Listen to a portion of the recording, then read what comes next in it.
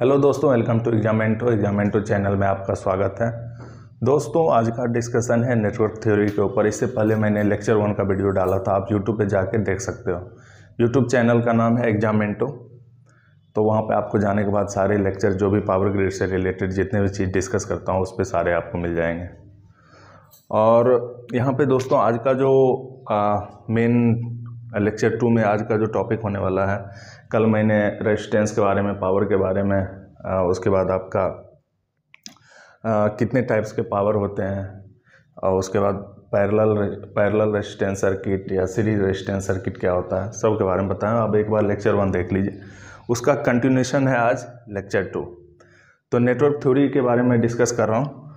तो आज का जो टॉपिक है दोस्तों, इंडक्टेंस क्या होता है, क्योंकि पावर ग्रिड में आपको इंडक्टेंस से बेसिक क्वेश्चंस आते हैं बहुत, ठीक है, फार्मूला बेस्ड क्वेश्चन आते हैं। तो इंडक्टेंस तो कल बताया भी था मैंने। तो इंडक्टेंस का जो फार्मूला, जो याद रखना फार्मूला है, वो क्या है, देखिए। इंडक्टेंस, पहले तो इंडक्टेंस के बारे में पूछता है कि एनर्जी कहाँ स्टोर करता है। एनर्जी जो है हमेशा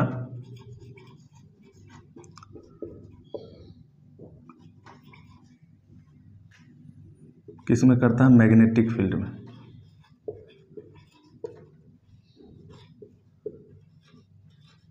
ठीक है। अब इंडक्टेंस का क्या क्या फार्मूला है, इंडक्टेंस को डिनोट क्या चीज़ से करते हैं दोस्तों, ये इंडक्टेंस है, मतलब ये एक तरह से कॉइल है। ये नंबर ऑफ टर्न, ये क्या है, नंबर ऑफ टर्न। ये कॉइल हो गया। तो जैसे एक कॉइल है तो इसका एक क्रॉस सेक्शनल एरिया होगा कॉइल का। सपोज एक कॉइल है, इसका एरिया होगा एक, उसको बोलते हैं ए, क्या बोलते हैं, क्रॉस सेक्शनल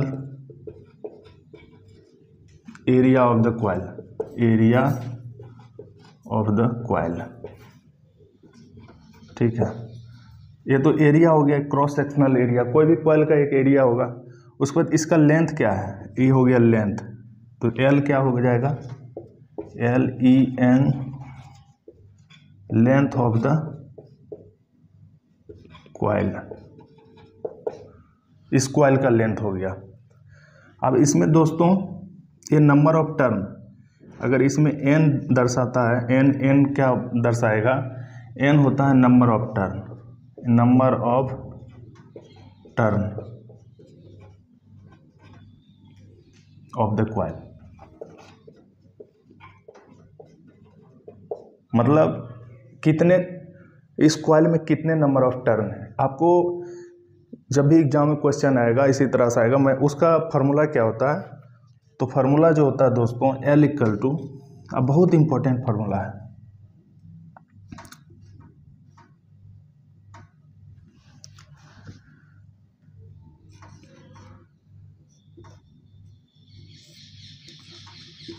ठीक है। L equal to N square mu into A/L। तो N आपको पता है number of turn of the coil, area आपको दिया रहेगा एग्जाम में, ठीक है, लेंथ ऑफ द कॉइल कितना वो भी दिया रहेगा। तो आप आराम से इंडक्टेंस निकाल सकते हो कि इस कॉइल का इंडक्टेंस कितना होगा। और म्यू जो है ये हो गया परमेबिलिटी दिया होगा, ठीक है, जो एक कॉइल जो बना है जिस भी मटेरियल का बना होगा, परमेबिलिटी ऑफ द मटेरियल जो भी होगा, तो इसको क्या बोलते हैं,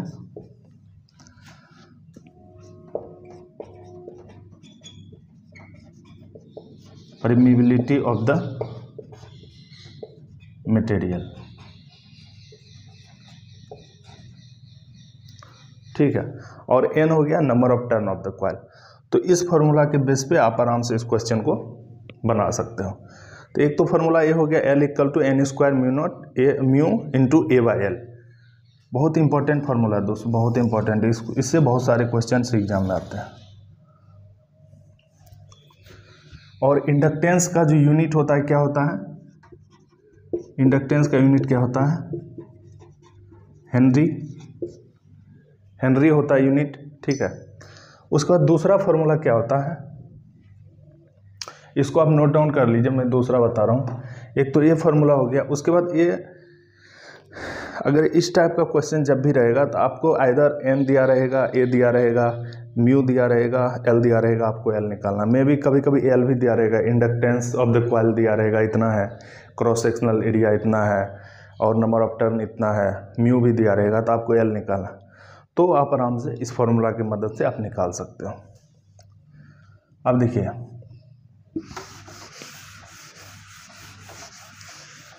दूसरा है दोस्तों एनर्जी।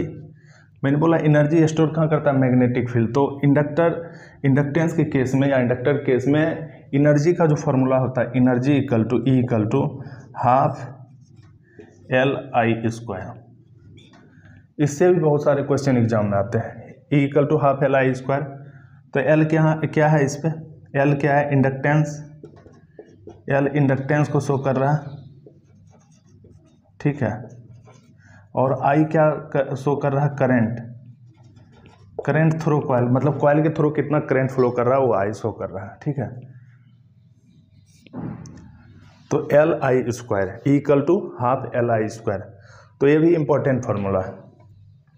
एक और फार्मूला होता है, ये तो एनर्जी निकालने का है, एनर्जी का फार्मूला हो गया half L I square. Direct question आता है इस पर, अगर आपको फार्मूला पता है तो आप डायरेक्ट से वन लाइनर की तरह आप आराम से क्वेश्चन को सॉल्व कर सकते हैं। एक होता है दोस्तों L equal to N phi by I.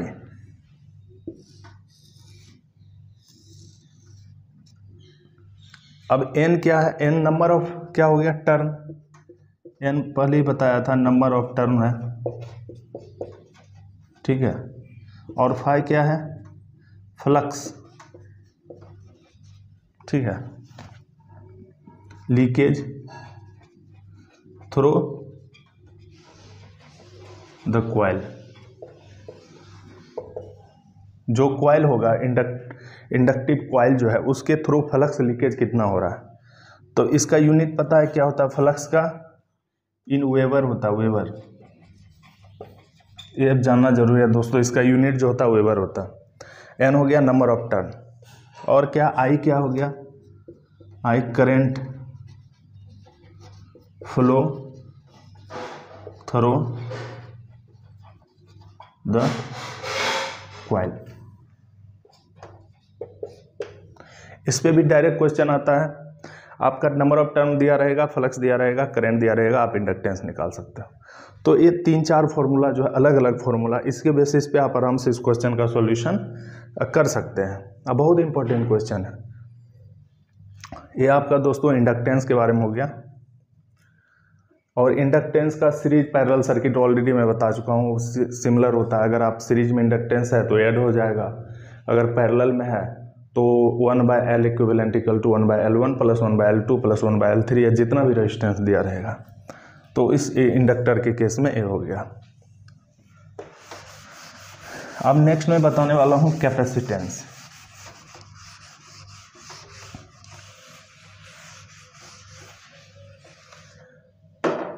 Capacitor,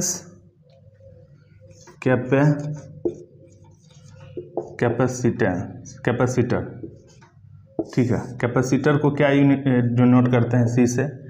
capacitor क्या होता है, सी, और इसका जो यूनिट होता है फैराड। इसका यूनिट क्या है, फैराड, ठीक है। अब दोस्तों एक कैपेसिटर जो है, कैपेसिटर मैंने क्या बताया, कैपेसिटर का काम क्या है। कैपेसिटर का काम है कि एनर्जी को स्टोर करना। कैपेसिटर कहाँ पे एनर्जी स्टोर करता है, कैपेसिटर एनर्जी स्टोर करता है इलेक्ट्रिक फील्ड में, ठीक है।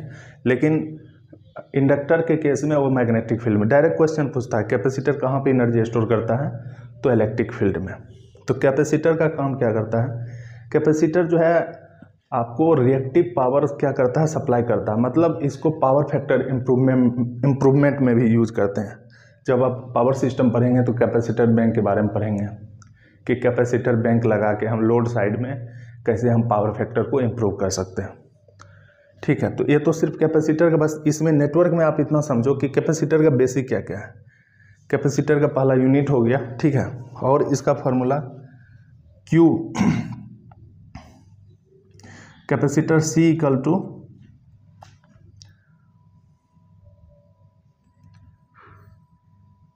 कैपेसिटर का फॉर्मूला क्या क्या हो जाएगा, C equal to Q by V। ठीक है, जैसे सपोज करो दोस्तों कैपेसिटर को ऐसे डिनोट करते हैं, ये हो गया आपका कैपेसिटर और ये आपका क्या हो गया वोल्टेज सोर्स। ठीक है, अब कैपेसिटर के केस में क्या है, बीच में कोई भी डाइलेक्ट्रिक मीडियम होगा कैपेसिटर का। ठीक है, दो प्लेट है, ये दो प्लेट के बीच में कोई डाइलेक्ट्रिक मीडियम होगा। इसको मान लो प्लेट ए है और बी है। ठीक है, और यहाँ जो है वोल्टेज है। ठीक है, और यहाँ क्या कर रहा है Q इक्वल टू चार्ज। ठीक है, चार्ज फ्लो कर रहा है, तो इस केस में C इक्वल टू क्या होगा Q बाय V। और Q जो है वेयर Q, यहाँ पे जो Q है चार्ज, Q को क्या डिनोट करते हैं चार्ज, और चार्ज का यूनिट क्या होता है दोस्तों कूलम। मैं यहाँ पे लिख देता हूँ कूलम होता है। ठीक है, और V क्या है वोल्टेज। ठीक है, वोल्टेज का आपको पता ही है वोल्ट्स होता है, और कैपेसिटर का क्या होता है फैराड। तो C इक्वल टू क्यू भी, इसको भी आप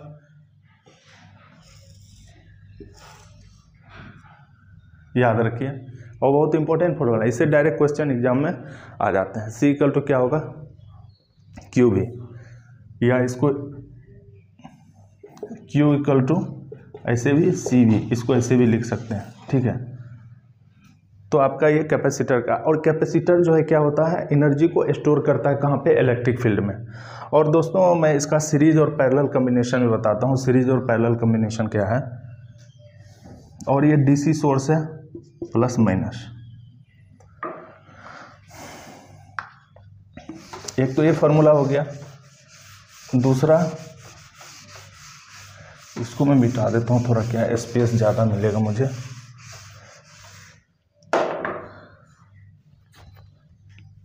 अगर सीरीज में कनेक्टेड हो क्या कैपेसिटर,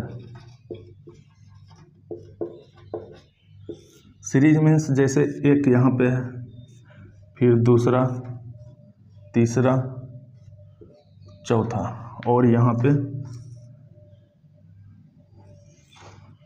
एक वोल्टेज सप्लाई।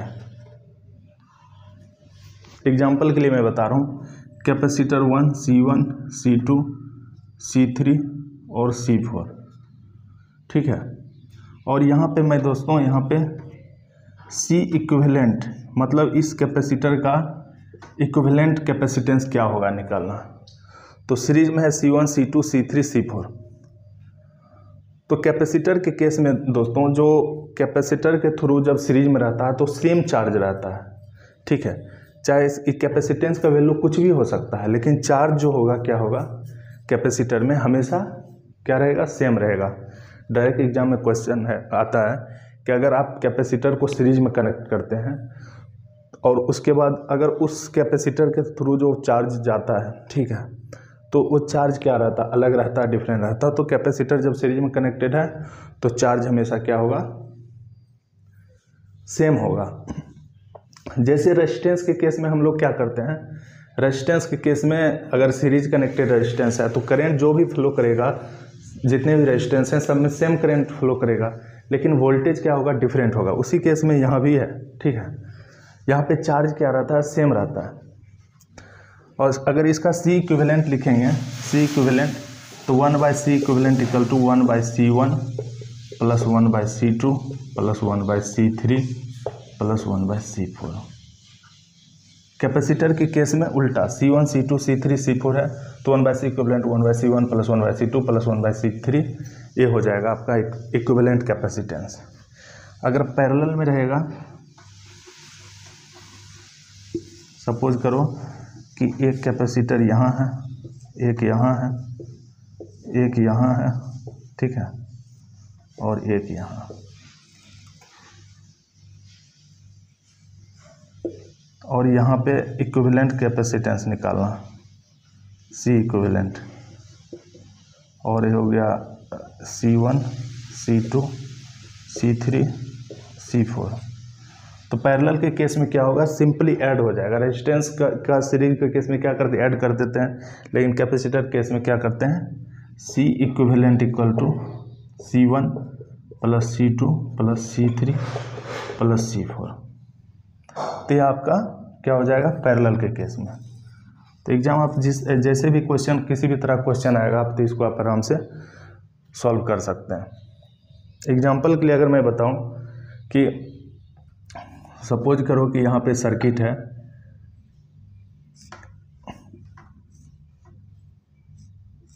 ठीक है,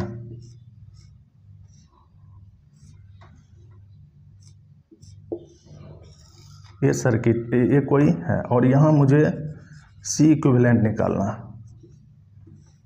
ठीक है। यहाँ पे दे दिया 4 फैराड, ठीक है, यहाँ पे भी 4, यहाँ पे भी 4, सबको 4 मान लेते हैं। अब कुछ भी दे सकता है एग्जाम में, ठीक है।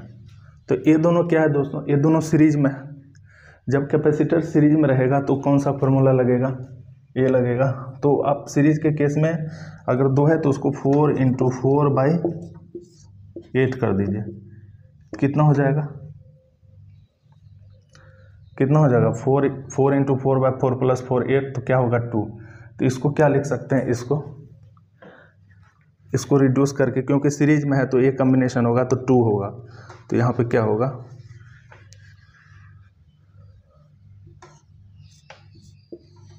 ये 2 फैराड हो गया। अब 2 और 4 क्या है, पैरेलल में है। पैरेलल में क्या बोले, ऐड हो जाएगा। तो 4 + 2 क्या होगा, 6 हो जाएगा। तो इसको मिटा देते हैं, इसको 6 हो जाएगा। क्या होगा, 6 फैराड हो जाएगा। अब C इक्विवेलेंट लिखना है, C इक्विवेलेंट। तो ये दोनों क्या है, सीरीज में है। तो सीरीज के केस में क्या बोले, इस तरह से होगा। तो 1/C इक्विवेलेंट इक्वल टू क्या होगा, 1/4 + 1/6। तो ये क्या हो जाएगा, एलसीएम 12 होगा, 3 + 2 यानी 5/12। इसको अगर C इक्विवेलेंट लिखेंगे, C इक्विवेलेंट इक्वल टू 12/5 होगा। 12/5 को लिखेंगे 2.4, क्या हो जाएगा, फैराड। तो इसका जो इक्विवेलेंट कैपेसिटेंस कितना निकला इस सर्किट का, C इक्विवेलेंट 2.4 फैराड। तो कितना सिंपल तरीका से आप निकाल सकते हो। बस आपको ये सीरीज और पैरेलल कॉम्बिनेशन पता होना चाहिए कि सीरीज और पैरेलल में क्या क्या है। सीरीज में होगा तो 1/C equivalent equal to 1/C1 + C2 C3 C4, क्योंकि यहाँ पे 4 दिया, सिर्फ C1 C2 दिया रहता तो 1/C1 + 1/C2। सिमिलरली पैरेलल के केस में सिंपल क्या करना है, ऐड कर देना। तो ये आपका सीरीज कैपेसिटर और पैरेलल कैपेसिटर। अब मैं एनर्जी स्टोर के बारे में बताता हूँ। एनर्जी जो कहाँ पे स्टोर करेगा, तो ऑलरेडी मैं बताया हूँ कि एनर्जी स्टोर कहाँ पे करता है, इलेक्ट्रिक फील्ड में कैपेसिटर, ठीक है। अब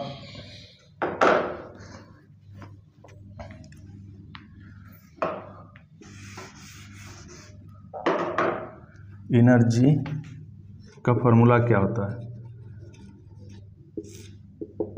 कैपेसिटर के केस में, कैपेसिटर, ठीक है। तो एनर्जी इक्वल टू क्या हो जाएगा, ½CV²। बहुत इंपॉर्टेंट फार्मूला दोस्तों, इसको आप देखो, इक्वल टू ½CV²। तो आपको पता है कि ई क्या है, एनर्जी अगर कोई भी कैपेसिटर दिया हुआ है तो कितना वो कैपेसिटर एनर्जी स्टोर कर सकता है, तो इक्वल टू ½ तो डिपेंड करता है उस कैपेसिटर का कैपेसिटेंस कितना है, यानी कैपेसिटेंस मीन्स कितना फैराड दिया हुआ है। अभी मतलब वोल्टेज, कितना वोल्टेज हम अप्लाई कर रहे हैं उस कैपेसिटर को, ठीक है। तो C इक्वल टू क्या हो जाएगा, कैपेसिटर अभी इक्वल टू वोल्टेज, ठीक है। तो इक्वल टू ½ CV²। एक और फॉर्मूला आपको बता दो, Q इक्वल टू क्या होता है, CV। तो यहाँ पे V इक्वल टू हम क्या लिख सकते हैं, V इक्वल टू Q/C लिख सकते हैं। यहाँ पे पुट कर सकते हैं इसमें। तो आप देखिए 1/2C, V की जगह लिख सकते हैं Q/C।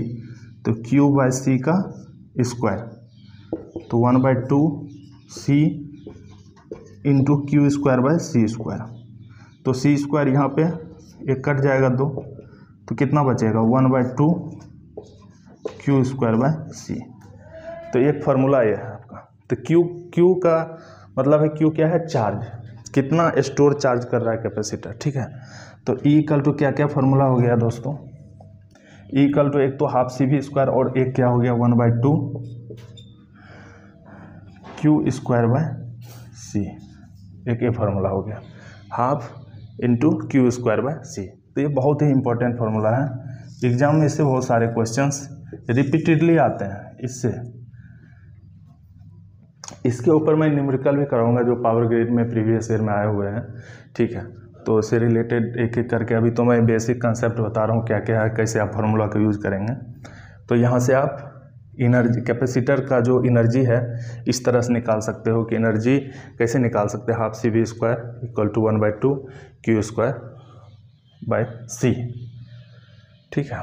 अब इसमें दोस्तों एक और कर सकते हो, अब C भी यहाँ पे अगर मैं C लिखूँ, C इक्वल टू क्या होगा Q/V, तो C की जगह Q/V भी कर सकते हैं। तो E इक्वल टू क्या हो जाएगा 1/2, और C की जगह क्या है Q/V इंटू क्या हुआ V²।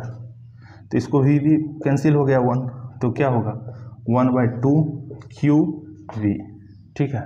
तो 1/2 QV, तो ये भी क्या हो गया फार्मूला एनर्जी का, E equal to 1/2 Q into V। अब देखो 3 फार्मूला आ गया, E equal to half CV² equal to 1/2 Q²/C equal to 1/2 QV। तो 3 को अलग अलग फार्मूला है, अलग अलग क्वेश्चन है। तो अगर यहाँ पे एनर्जी निकालना हो तो आपको चार्ज दे देगा, वोल्टेज दे देगा और आपसे एनर्जी पूछ देगा, तो आप बना सकते हो इससे। यहाँ पे अगर एनर्जी निकालो, यहाँ पे चार्ज दे देगा और क्या दे देगा कैपेसिटेंस कितना है, ठीक है, वो दे देगा। तो आप यहाँ से आराम से एनर्जी निकाल सकते हो। तो ये बहुत इंपॉर्टेंट फार्मूला है और इससे रिपीटेडली एग्जाम में क्वेश्चंस आते हैं, ठीक है। तो ये तो आपका कैपेसिटर हो गया, एनर्जी स्टोर कैसे करते हो उसका फार्मूला क्या है। तो यहाँ पे 3 फार्मूला है आपका, ठीक है। अब नेक्स्ट चलते हैं दोस्तों,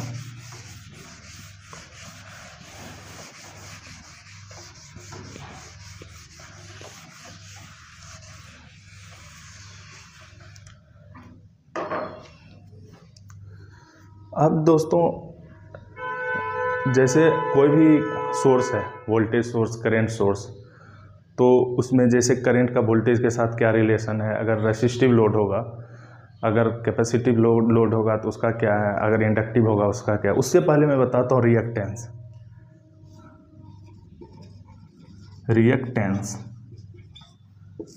ठीक है। तो रिएक्टेंस में क्या क्या दोस्तों, एक तो होता है इंडक्टिव रिएक्टेंस, ठीक है। इंडक्टिव रिएक्टेंस को हम लोग डिनोट करते हैं XL से, ठीक है। और दूसरा होता है capacitive reactance. Capacitive reactance means XC। तो हम लोग इंडक्टर के बारे में ऑलरेडी पढ़े हैं, कैपेसिटर के बारे में ऑलरेडी पढ़े हैं। अब यहाँ पे दोस्तों इंडक्टिव रिएक्टेंस को XL और कैपेसिटिव रिएक्टेंस को XC, और दोनों का जो यूनिट होता है दोस्तों, XL और XC दोनों का यूनिट क्या होता है, ओम होता है। जैसे रेजिस्टेंस का होता है उसी तरह इसका भी होता है, और इसका भी यूनिट क्या होगा, ओम। इसमें कंफ्यूज मत कीजिएगा कि इंडक्टर है तो कन्फ्यूजन हो जाता है कि इंडक्टर है तो इंडक्टर का तो हेनरी होता है, कैपेसिटर का फैराड होता है, लेकिन यहाँ पे इंडक्टर नहीं, यहाँ पे इंडक्टिव रिएक्टेंस है।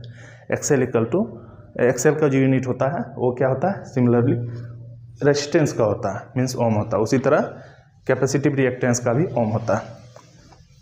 उसके बाद अब XL और XC क्या होता है।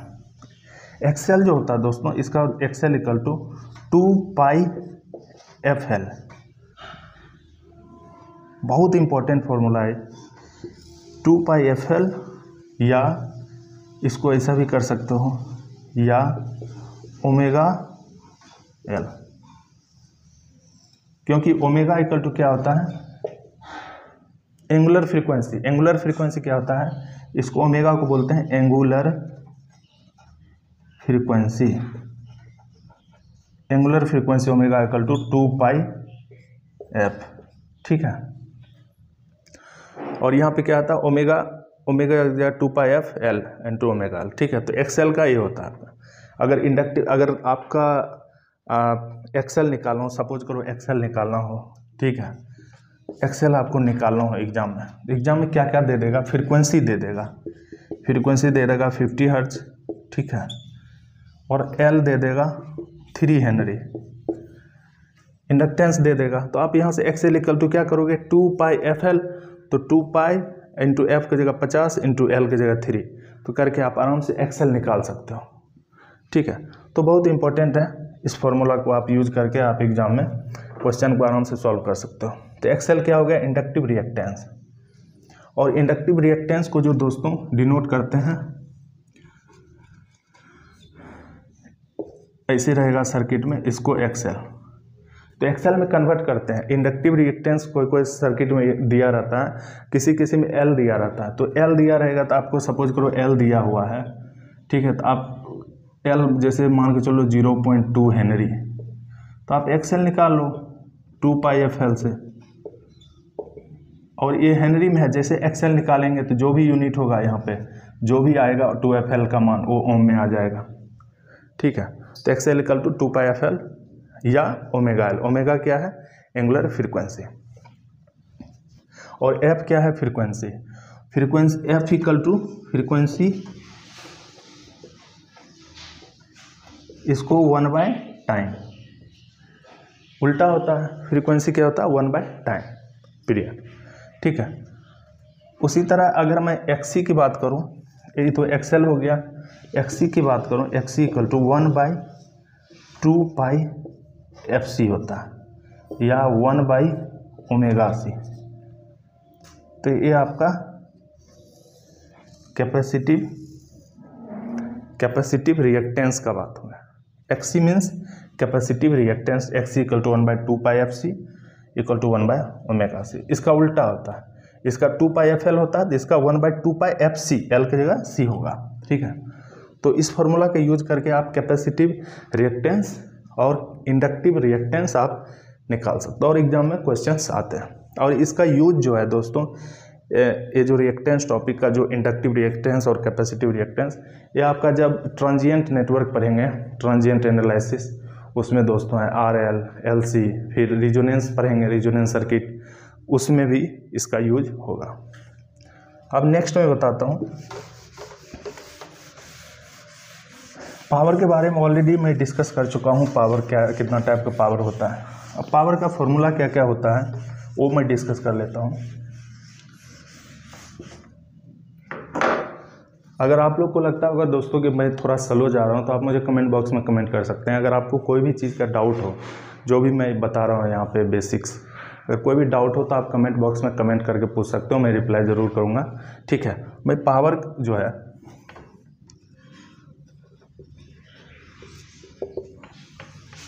पावर को हम लोग कैसे, अगर हम लोग पढ़ते हैं पावर इक्वल टू क्या पढ़ते हैं, वर्क डन इनटू टाइम, ठीक है। Sorry, power equal to work done, total work done कितना हुआ और कितना टाइम लगा, यही पढ़ते हैं ना। Power equal to work done by time, ठीक है। तो वर्क डन, तो यहाँ पे क्योंकि इसको हम मैकेनिकल में देखते हैं, अगर इलेक्ट्रिकल की बात करो तो पावर जो है अलग अलग कैटेगराइज किया हुआ है, ठीक है। सिंपल देखो, कोई भी सर्किट है, जैसे ये रेसिस्टेंस है, ठीक है, ये R है, यहाँ से मैंने वोल्टेज दिया प्लस माइनस, ठीक है, और करंट क्या है इधर से फ्लो कर रहा है। तो मैं बोलूँगा कि पावर जो है कितना, ये पावर क्या कर रहा है, ऑब्जर्व कर रहा है रेजिस्टेंस, या पावर डिसिपेट कर रहा है, ठीक है। तो पावर डिसिपेट कर रहा है, कितना डिसिपेट करेगा पावर, तो P इक्वल टू क्या होगा, ये रेजिस्टेंस के केस में I स्क्वायर इंटू R, ये हो सकता है P equal to I square R, ठीक है, या P equal to V square by R,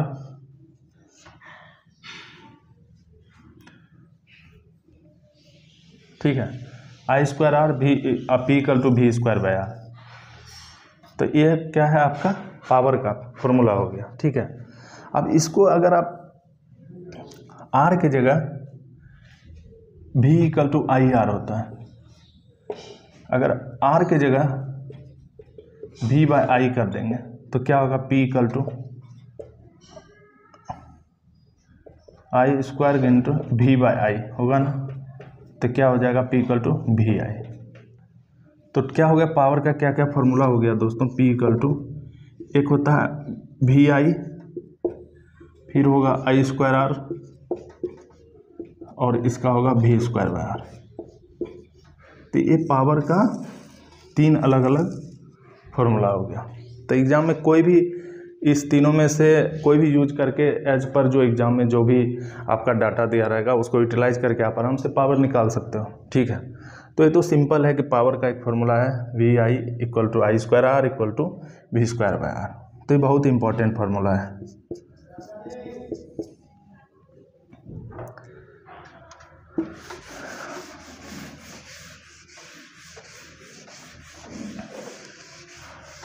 अब दोस्तों मैं फेजर डायग्राम के बारे में बताता हूँ। फेजर, जो फेज एंगल क्या होता है, फेजर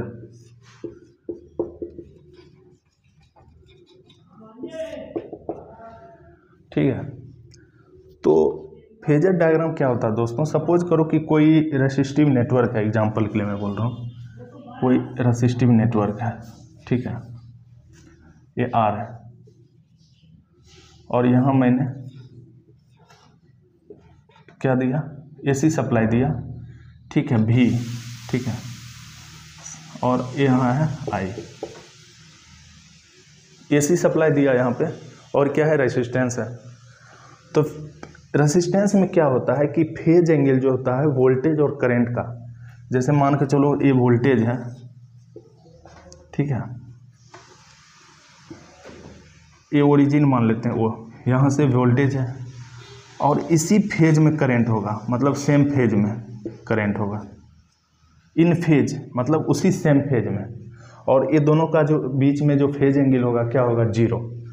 तो यहाँ पे क्या होगा, रेसिस्टेंस के केस में क्या होता है, वोल्टेज और करंट का जो वोल्टेज के साथ और करंट सेम ही फेज में होगा, और दोनों के बीच फेज एंगल क्या होगा, दोनों के बीच फेज एंगल क्या है, 0 है।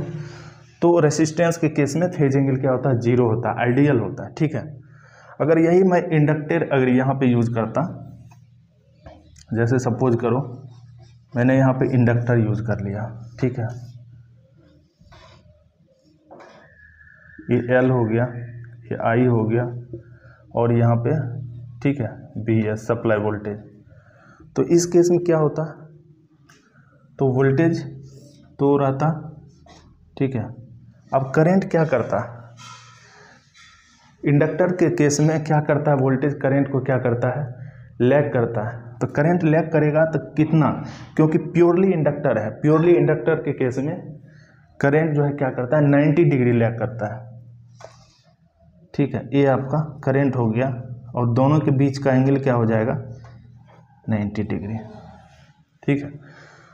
एग्जाम में डायरेक्ट क्वेश्चन आता है, तो यहाँ पे क्या कर रहा है, वोल्टेज क्या कर रहा है, लैग कर रहा है, कितना डिग्री से, 90 डिग्री से। किसके केस में, ये इंडक्टर के केस में, अगर इंडक्टर है तो। अगर ये आप समझ गए ना, और डायरेक्ट एग्जाम में क्वेश्चन आता है लीड लैगिंग क्या है, ठीक है। तो VS इक्वल टू VS जो है सप्लाई वोल्टेज है, L इंडक्टेंस है करंट। तो इंडक्टेंस के केस में आपका इस तरह से फेजिंग, मतलब वोल्टेज जो है क्या कर रहा है, करंट को क्या कर रहा है, लैग कर रहा। अब उसी तरह अगर मैं कैपेसिटेंस का बताऊं,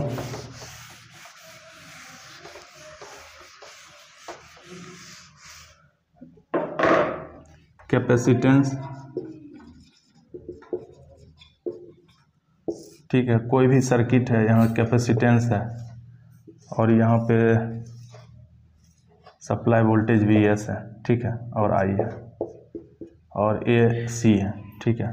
तो इसको आप लिख भी सकते हो। AC को तो पहले आपको क्या करना पड़ेगा, XC निकालना पड़ेगा, XC, और सप्लाई वोल्टेज क्या है, ये AC सप्लाई वोल्टेज है, तो फ्रीक्वेंसी क्या होगा, F होगा, ठीक है। तो XC equal to 1/2 pi FC, ठीक है। तो XC ये क्या हो गया, कैपेसिटिव रिएक्टेंस। तो अगर मुझे VS लिखना हो, VS इक्वल टू क्या लिखेंगे, आई इंटू एक्स सी लिखेंगे, तो आई इंटू एक्स सी को 1/2πfc, ठीक है। ये वी एस का ये रिलेशन हो गया। इस तरह से लिख सकते हैं V S equal to I into 1/xc की जगह 2πfc, ठीक है। अब मैं इसका फेजर रिलेशन बताता हूँ, लीड है लैग है। तो करंट जो है ना, हमेशा अगर प्योरली कैपेसिटिव सर्किट होगा तो करंट हमेशा क्या करता है, लीड करता है।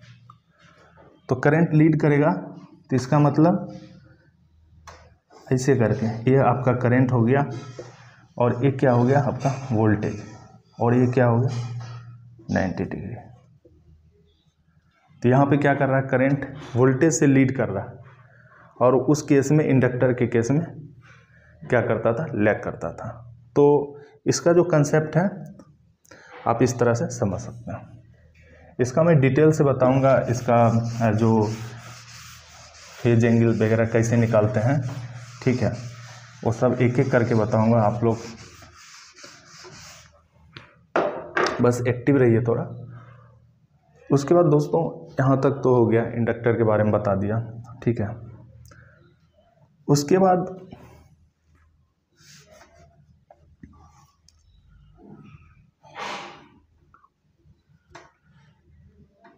Two port network,